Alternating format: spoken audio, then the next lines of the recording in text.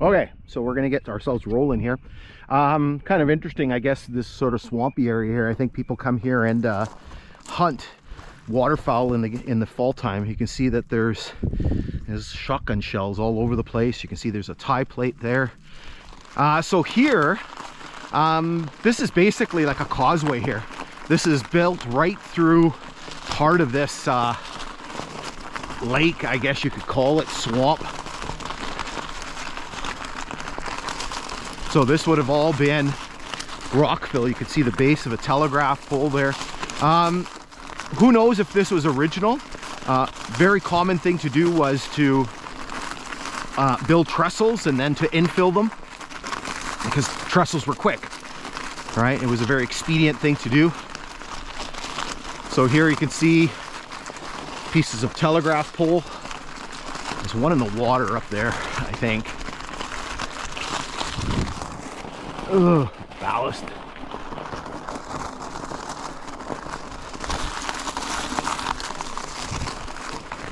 Yeah, so you can see part of the pole there.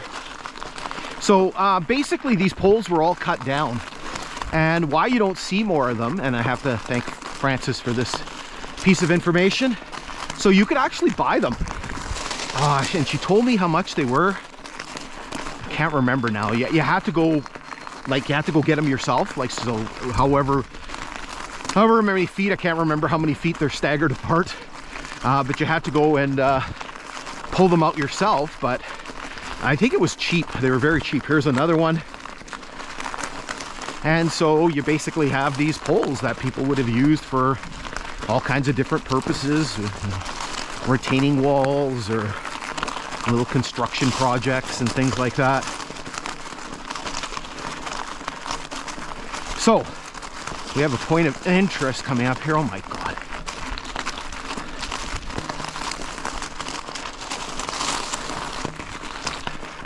Just trying to find the path of least resistance here.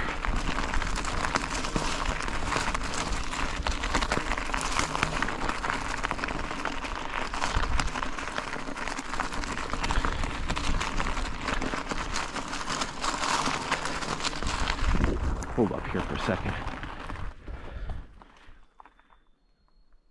Okay, it's coming up just ahead. So I've got a couple of things to talk about up here.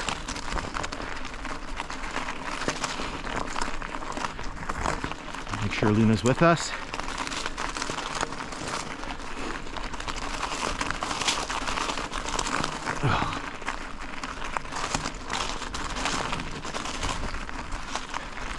Very clear now.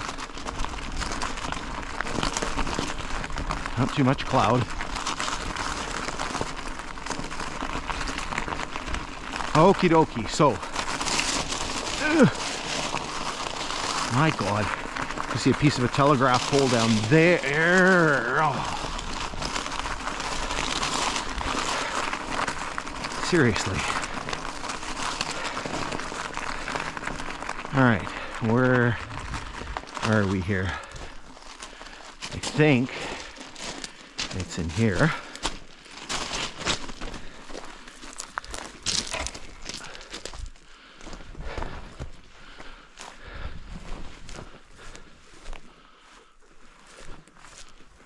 Maybe not. Oh, it's up there. Okay. So first thing we've got is we've got a telegraph pole here you can take a look at.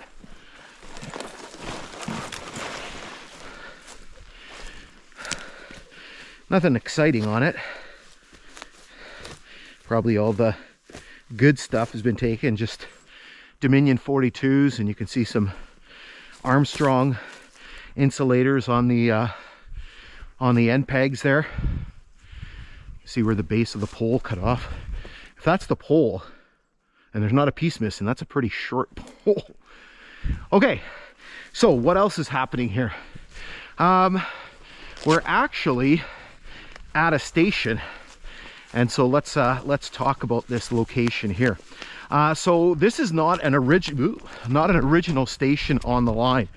So we're at a place that is known as Zroback. Now have to give a little nod to him. The first time I read about this place was an account that was written by fellow historian Edgar Lavoie. So Edgar lived in Geraldton, lives in Thunder Bay now. But basically he was very lucky enough to ride on one of the last trains to run on this line back in May of 2005. So did he ride from, I think he rode from Long Lac all the way to Jellicoe. And so in his account, he mentions passing Zroback Station. And you'll see the spelling when I put the timetable up on the up on here. And you know, he mentioned in the article that, you know, like it's not on his map, right? So after a little bit of digging, okay, so I don't know when this station was put into place. I have all of the timetables, all the employee timetables from this line from 1916 to 1996, and then I have a 2005 one. So it's not here in 1996, but it's here in 2005. So somewhere in that time it was put in here. And so it's basically located at milepost 47, which on the original line would be 147.8. There was nothing really here. It's just basically a place on the map. And they did this with two other places. So they did one at a place called Bihun, which is to the east, to the west of Long Lac. They did this one here, which is on the east side of Jellicoe. And then they did one called Kohut, which is on the east side of Thunder Bay. And basically they're like the yard limit indicators, right? So basically where the yard ends. And so this was named after a guy by the name of Zroback, who worked at the Long Lac Station.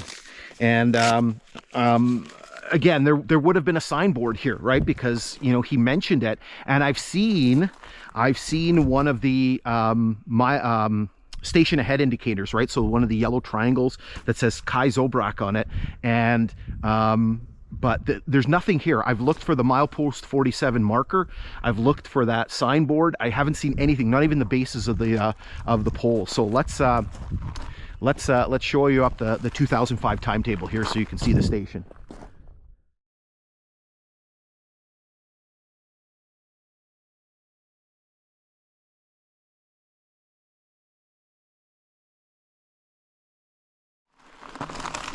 All right, here we go again. Starting to get a little warm. I can't complain though, because this time last year was actually our very first hike. We couldn't get out hiking until the second week in May, because it took so long for the snow to go away. So again, don't want to complain too much here. Maybe other than the ballast. Oh my god. Not sure what this thing is. I saw this morning. Looks like some sort of shaft. She's broken right there. She's broken off. Big heavy chunk of steel. Maybe somebody knows what that is.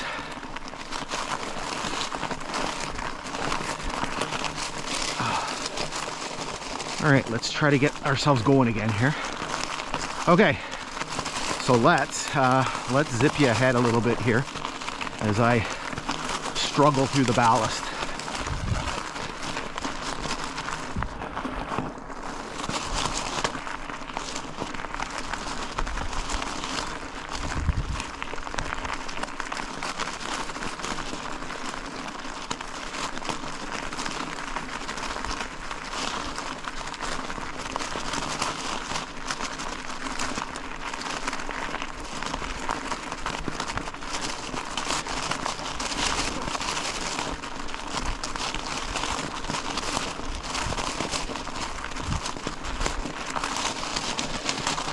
All right, so we have a culvert here.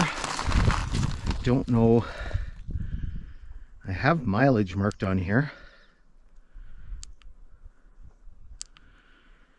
So I've written down 147.87. So on the Kinghorn, that would be 47.07. No, it's a question mark. So 147.8. Okay, never mind. Don't have mileage for this. False alarm. Me just putting in a number based on where we were.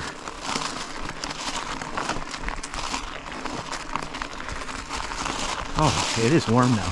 Feels like it's weird. I get this fall vibe. Makes me think of fall. I don't know why.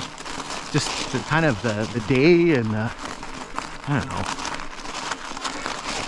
Again, you can kind of see how the grass is starting to come out, green up a little bit. Even the tamaracks here, and we talked a lot about the tamaracks. The tamaracks are all starting to bud. So again, the tamarack is a species of larch, and it's one of the few coniferous trees that actually loses its needles. And we usually talk about it because in the fall time, they're so beautiful. They turn this brilliant shade of yellow, usually like a couple of weeks after the after all the other trees. Okay, let's zoom ahead here a bit.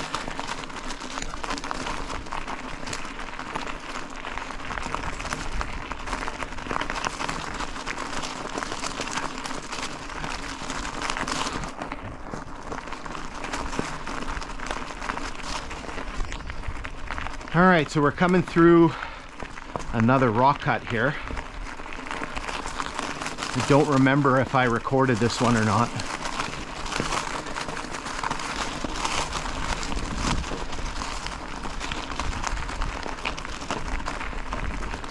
Make sure the dog's with us.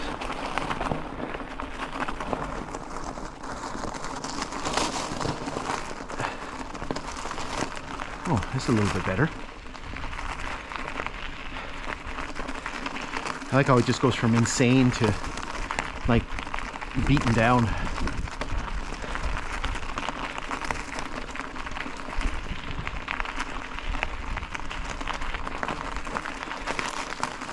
Yeah, so I recorded this section here. So let's just go to the other side. All right, here we go. So this rock cut isn't particularly big or particularly high. This spot has got to be just a little over 6 feet. Just kind of going off of my stature. It just goes right up there. So again, not particularly long. Here it's got to be less than 6 feet, because I'm kind of peering over the top here. Again, not too much rock work on this section here. We're kind of in between river valleys. So we have the Namewaminikan behind us, and then we're going to be coming up on the Blackwater very shortly. And so here you can see the cut starts to peter out. You see some vestiges here on the north side. Kind of a little bit, I don't know if that was all tossed up there and they didn't require it to do the grade or what the heck, or maybe when they were blasting it got thrown up on there. And so it just, there's a little more piece right over there, but essentially this is the end of the cut.